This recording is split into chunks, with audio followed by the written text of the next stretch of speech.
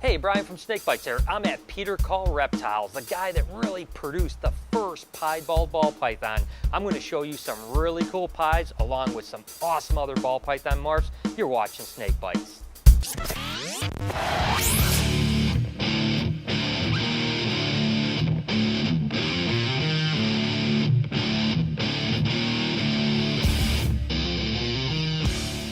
What's so amazing about pies is the fact that they're so polymorphic. And what I mean by that is that you can have one pie that has 10% white and a sibling can have 90% white, which means that each one is completely unique.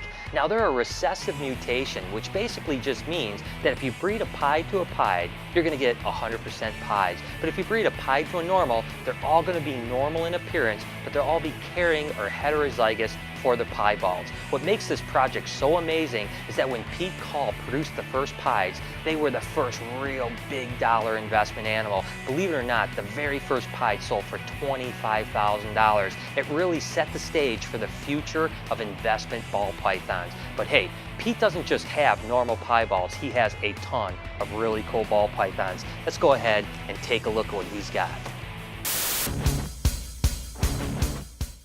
How much did Brian pay for his first piebald ball python? A, $10,000, B, $15,000, or C, $25,000? Go ahead and answer in the comments below and check back later in the show to see if you were correct.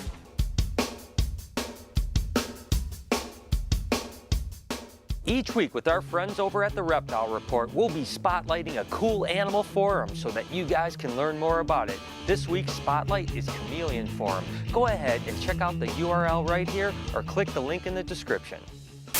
All right, I'm gonna go ahead and hit you guys with one of the sickest animals I've ever seen right off the bat. This is actually a candy leopard pie. And oh my gosh, this thing is absolutely glowing. I cannot believe that I'm holding this animal in my hands right now. Again, it's a leopard, it's a pie, and it's a candy. Holy cow, that's all I really have to say. I tell you what, looking at pies never gets old. And this happens to be a pastel orange ghost pie.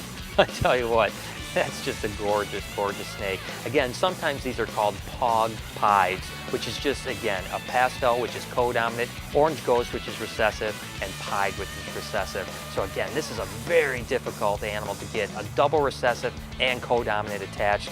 Tell you what, that's a lot of work, but that's a beautiful snake. I have a feeling there's going to be a lot of holy cow moments, and this happens to be one of them. This is an Enchi candy albino. Holy cow, is this thing beautiful. I just can't believe how that Enchi and candy interact. And then with the albino gene on top of it, this thing is mind-blowing. This is actually a pretty cool animal. I have never seen this. I didn't even know it existed. This is a leopard Enchi lesser. The Enchi lessers are really beautiful animals, and as soon as you add that leopard gene into it, you get the striping and the cool pattern. It's pretty cool. Pete happens to work with a lot of the leopard gene, which is a pattern mutation, and it's also attached to the pie gene, and that's why he has so many of them. This happens to be a really cool animal. It's a leopard pastel ghost. This is a pastel leopard candy. Now the leopard is co-dominant, the pastel is co-dominant, and the candy is recessive. Pete was again the founder of the candy gene, and it's basically an albino type of gene that just turns really purple as it gets aged, as you can see with this animal. Here's an animal that I've always really dreamed about producing one day, and that's a lavender pied, or what they call a dreamsicle. It's a tough animal because it's a double recessive mutation, and it takes some time to get, and as they get older, all this color is going to turn really purple, and they're just really amazing as adults.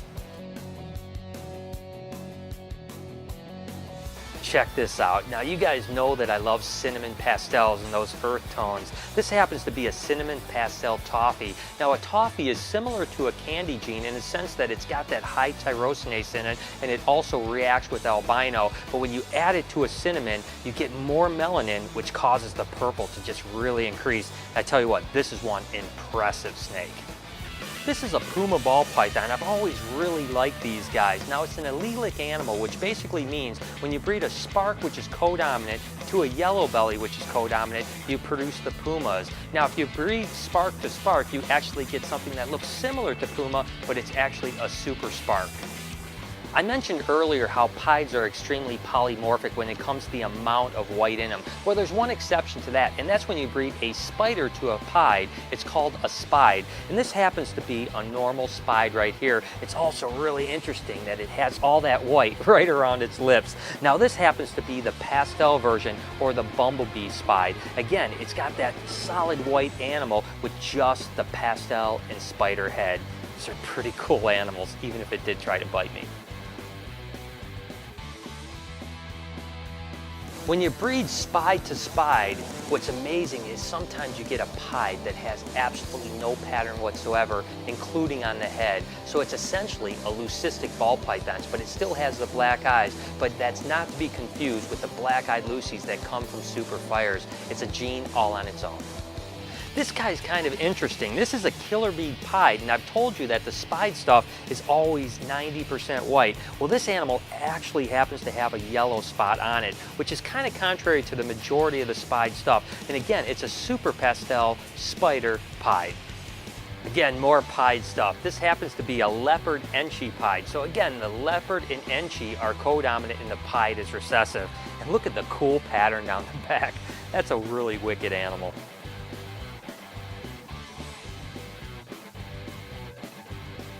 Going through all these racks, seeing so many amazing animals, still you come across a few things that you find extremely interesting and unexpected. And this happens to be a lesser enchi pied, but that's not what makes it really cool. The fact that it's one eye, it happens to be a ruby colored eye, and the other eye is completely normal. That's what really caught my eye on this one. It's definitely an anomaly I think was really cool. We all know that the champagne gene is kind of an overpowering gene. When you breed it to most mutations, it really just becomes a champagne that's a little bit different, with really one exception, and that's when you breed a champagne to an enchi ball python. All this crazy patterning comes out. There's no doubt that champagne enchis are my favorite of that mutation. Pete has so many incredible ball pythons, but really he's known because of his pied production. And there's so much variety in pies. I want to take some time and just roll through the variety that we're going to see with each piebald ball python.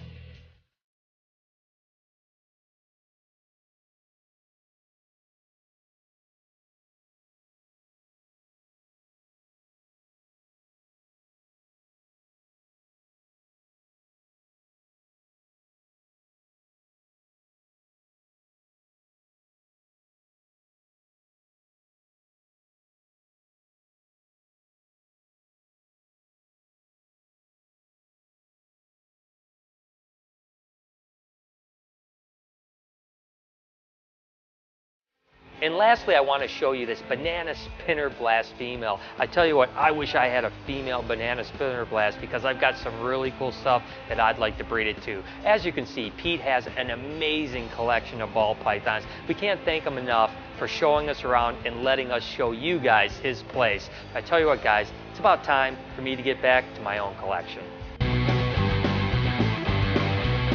Everyone loves cartoons, and I happen to really like SpongeBob and Invader Zim, while Brian's more of a Futurama Family Guy kind of guy. So I want to know, what's your all-time favorite cartoon? Leave a comment below and let us know. How much did Brian pay for his first piebald ball python? If you answered B, $15,000, you're 100% correct. Good job. So there it is. I hope you guys enjoyed the show. We've had an amazing time out here in Maryland. We've seen some incredible animals and had a really great time. If you guys want to follow any of my animal adventures, make sure to hit me up over on Facebook and Twitter at SnakeBytesTV. Till next week, you've been watching Snake Bites.